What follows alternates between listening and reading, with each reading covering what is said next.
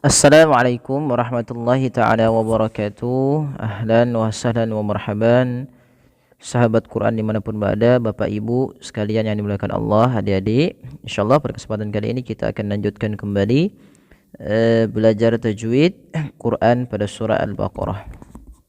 Baik, kita akan mulai dengan isti'adzah dan basmalah. Mudah-mudahan dapat membantu daripada teman-teman Bapak Ibu sekalian dalam belajar Al-Quran dan ilmu tajwid.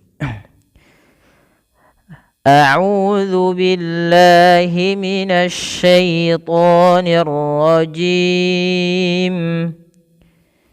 Wa man adlamu mimman منع مساجد الله أن يذكر فيها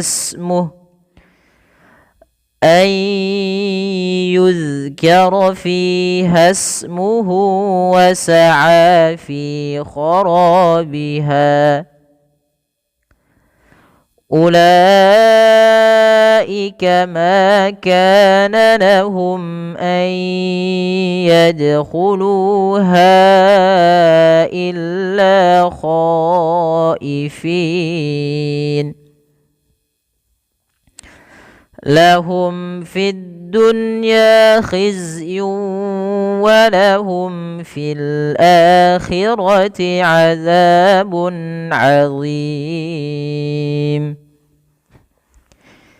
Baik, kita akan urai satu persatu daripada hukum tajwid pada ayat ini. Yang pertama, perhatikan pada lafal waman azlamu.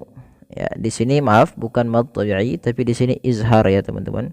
Ini kami salah memberikan tandanya, yaitu kita namakan di sini hukum tajwidnya berupa bacaan izhar halqi, yaitu dengan memperjelas bacaan suara nunnya, diperjelas dengan baik.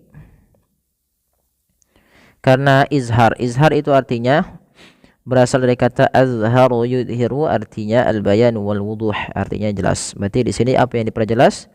Yaitu kita mengeluarkan bunyi suara nun itu daripada makhrajnya dan diperjelas. Wa man azlamu. Nah, kemudian pada lafal huruf dha, hati-hati teman-teman, jangan menggantinya dengan huruf zai gitu ya. Wa man azlamu, dia bukan az tapi dha ya. Tibil ya, tebalkan azlamu. Wa man azlamu mimman mana'.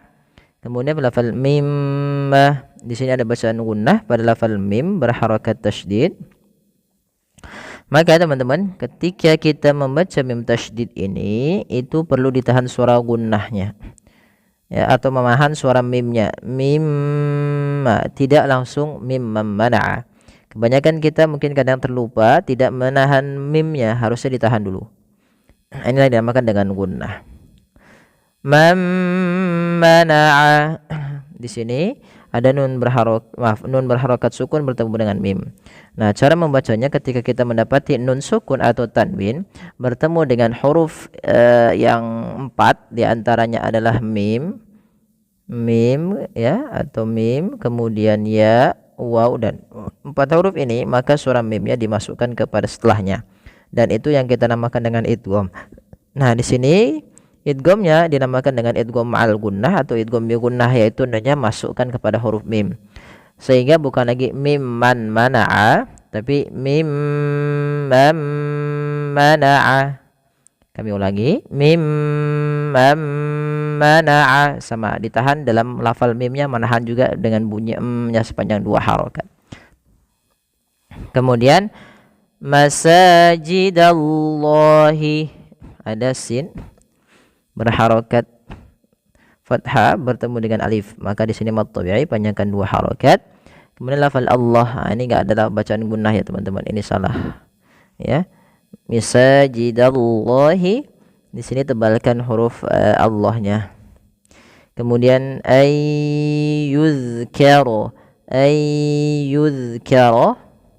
di sini pada lafal nun sukun bertemu ya, maka ini sama sebagaimana tadi yang kami sampaikan ketika nun mati bertemu mim, yaitu cara membacanya memasukkan nunnya kepada huruf setelahnya dan huruf setelahnya menjadi tasydid atau 2 huruf. Maka ayyu, kemudian ditahan dengan gunnah sepanjang 2 harokat. Maka kita namakan dengan hukum tajwidnya idgham bi gunnah. Maka jangan sampai kita membacanya an yuzkara, tapi dia ayyu, nunnya dianggap tidak ada. Ayyuzkara fiha ismuhu wa sa'a. Lafal yuzkara, hati-hati dalam melafalkan zal, jangan dibaca dengan yuzkara, tapi dia yuzkara, yuzkara, tipis zalnya. Fi, panjangkan dia mad tabi'i 2 harakat. Fiha ismuhu, ini bukan fiha usmuhu, tapi langsung ke sin. Ini alif yang dianggap tidak kita baca. Pada lafal hu, di sini ada bacaan kita namakan dengan mad silah qasirah. Mad silah qasirah terjadi ketika adanya ha dhamir. Ini kita namakan dengan ha dhamir. Ha yang menunjukkan kata ganti orang ketiga di dalam bahasa Arab yang berarti dia, gitu ya. Di sini ketika ada tanda seperti ini, istilahnya waw kecil, biasanya dalam perusahaan rosemnya itu ada ha kecilnya. Nah, ini biasanya mad silah qasirah, panjangnya 2 harokat.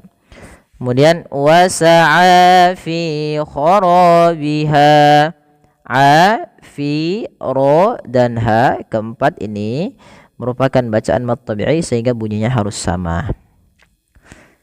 Kemudian ayat selanjutnya atau bacaan selanjutnya, ulaika ma kana lahum an yadkhuluha illa khaifin. Ulaika, nah waw yang biasa ada waw, bila dia berharokat di atasnya seperti ini wawnya dianggap tidak dibaca, ya, langsung kepada huruf la. Jadi bukan ula, tapi ulaika. Maka di sini diwarnai dengan warna abu-abu. Kemudian lafal laika ada bacaan yang kita namakan dengan mad wajib muttasil. Mad artinya panjang, wajib ya wajib, muttasil artinya bersambung. Apa maksudnya di sini? Mad yang terjadi ketika adanya mad tabi'i. Mad tabi'i itu apa? Mad tabi'i sudah kami jelaskan, yaitu ketika adanya fathah bertemu alif, kasrah bertemu ya, dhammah bertemu waw, sukun. Nah, ketiga huruf ini maka dia mad tabi'i. Kita lihat la awalnya 2 harokat dengan alif kecil di sampingnya. Nah, kemudian datang setelahnya huruf hamzah.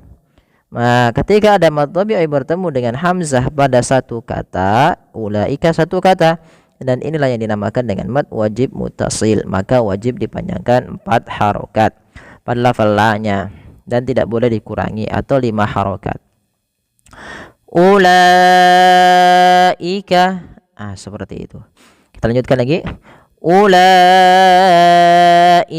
ma kana lahum, maka fathah ketemu alif, mad tabi'i.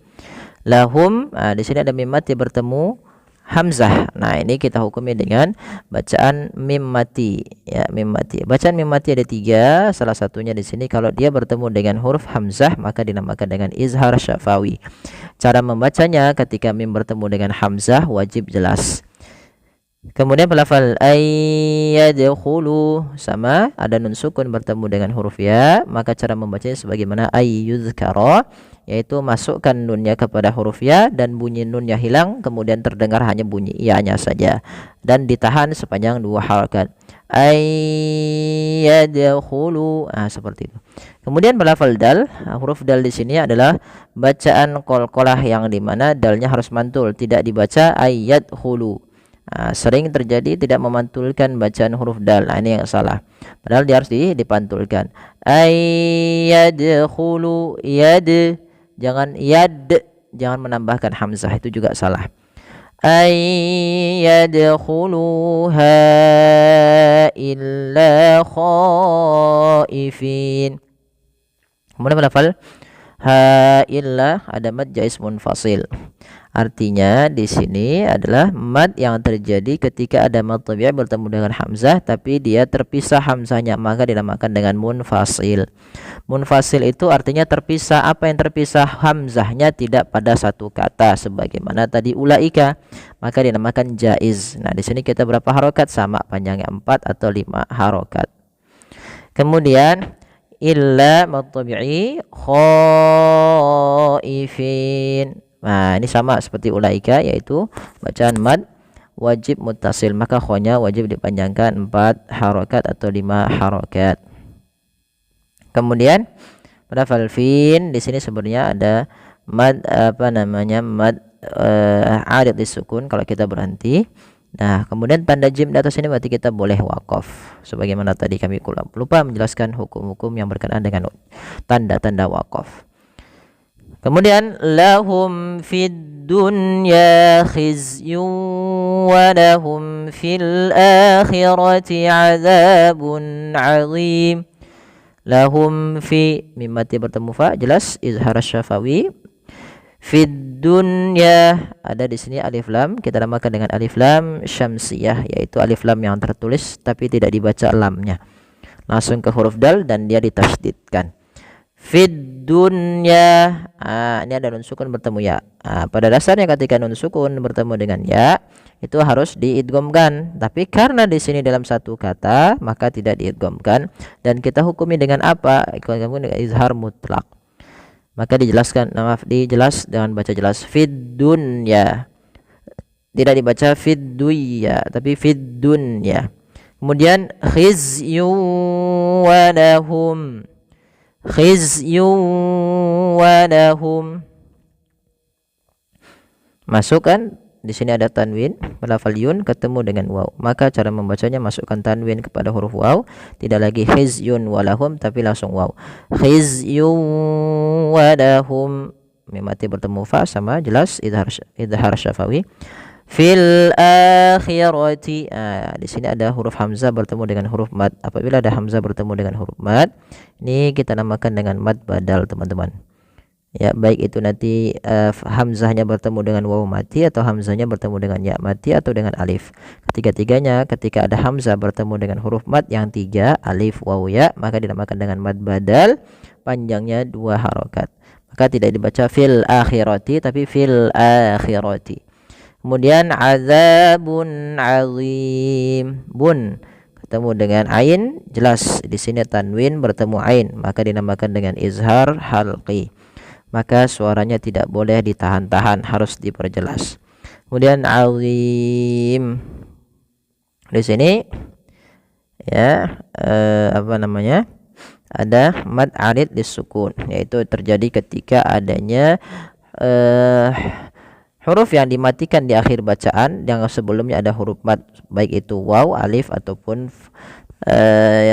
ya gitu ya. Kalau di sini karena sebelumnya ada huruf mad berupa ya mati, kemudian mimnya dimatikan karena waqaf, maka dinamakan dengan mad arid disukun. Kita boleh memanjangkan 2 harokat, boleh 4 dan boleh pula 6 harokat. Baik, demikian penjabaran untuk uraian tajwid kita pada ayat 114. Mudah-mudahan bermanfaat. Mohon bantuannya untuk terus like, share dan subscribe. Terima kasih. Jazakumullahu khairan.